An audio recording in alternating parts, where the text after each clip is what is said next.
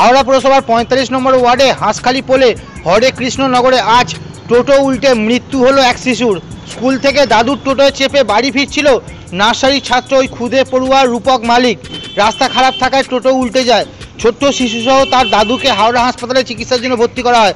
হাসপাতালে ছোট্ট শিশুটির শারীরিক অবস্থার অবনতি হলে তার মৃত্যু হয়।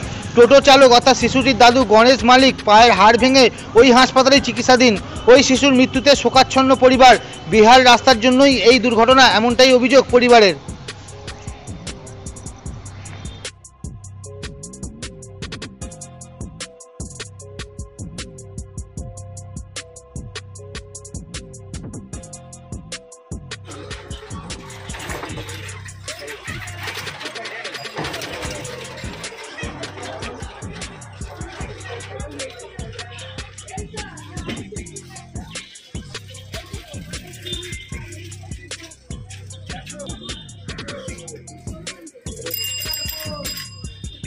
কোথা থেকে আসছিল বাচ্চাটা? বাচ্চাটা স্কুল থেকে আসছিল, বাচ্চার দাদু মা ছিল। এবার ওখানটা দিয়ে যখন আসছে রাস্তাটা দিয়ে মানে আসে ডান দিকে টার্ন নিতে গেছে, টার্নটা নিতে গিয়ে ব্যালেন্স নিতে পারে। রাস্তাটা খারাপ যার জন্য উল্টে গেছে। হ্যাঁ, ওখানটা উল্টে গিয়ে বাচ্চাটা পড়ে গেছে। দাদুও বাঁচাতে গেছে, দাদু বাঁচাতে গিয়ে দাদুরও পায়ে লেগেছে, আঘাত লেগেছে, মায়েরও লেগেছে চোট। তা ব্লিডিং হয়েছিল, খুব বেশি কাটনি কিন্তু ব্লিডিংটা প্রচুর পরিমাণে, মাথাটায় হয়তো জোর আঘাতটা লেগে গেছে, যার জন্য ছেলেটা রাস্তা খারাপের জন্য এখানে প্রায় সময় হয় বাইক স্লিপ খায়, ভ্যানগুলো হয়, এই রাস্তাটা খারাপের জন্যই হয়। ছোটোখাটো দুর্ঘটনাগুলো লেগে থাকে, সাইকেল থেকে পড়ে যায়, সাইকেলও নিয়ে অনেক সময় পড়ে যায়। হ্যাঁ, গর্ত ঠিক নয়, রাস্তাটা এবড়ো খেবড়ো ওখানটা, মানে হ্যাঁ হ্যাঁ ওটাকে। ৪৫ নম্বর ওয়ার্ডের হাঁসখালি বলে হরে কৃষ্ণনগর এলাকায় রাস্তা খারাপের জন্য টোটো উল্টে একটা ৩ বছরের বাচ্চা মারা গেছে।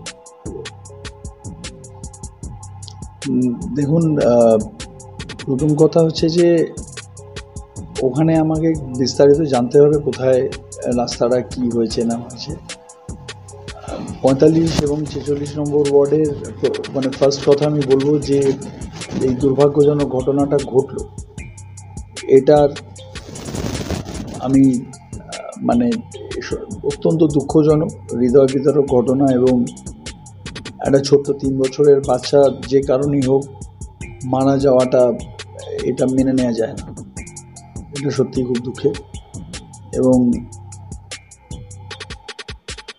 কি কারণে হয়েছে, ওখানে রাস্তার কি কন্ডিশন ছিল, কারণ ৪৫ এবং ৪৬ এইসব ওয়ার্ডে আমরা প্রচুর রাস্তার কাজ করেছি হাওড়া পৌর নিগমের পক্ষ থেকে। বিগত ১.৫-২ বছরে আমরা অনেক রাস্তা করেছি ওখানে। এবং কিছু কিছু ক্ষেত্রে অনেক সময় হয়, ধরুন কোনো এমার্জেন্সি ওয়ার্কের জন্য রাস্তা কাটা হয়, সেটা বিভিন্ন কোনো এমার্জেন্সি ফেসিলিটি হতে পারে, সেটা ইলেকট্রিক্যাল হতে পারে, কারেন্টের জন্য হয়তো লাইন কাটা হতে পারে, কি জলের জন্য হতে পারে, এবং সেগুলো হয়তো কাটার সঙ্গে সঙ্গে সেগুলো ইমিডিয়েট হয়তো রিপেয়ার হয় না, এরকমও অনেক সময় ঘটে। তো এইসব কি কারণে এক্স্যাক্টলি ঘটনাটা ঘটেছে এটা আমি আরও বিশদে না জেনে কিছু বলতে পারবো না।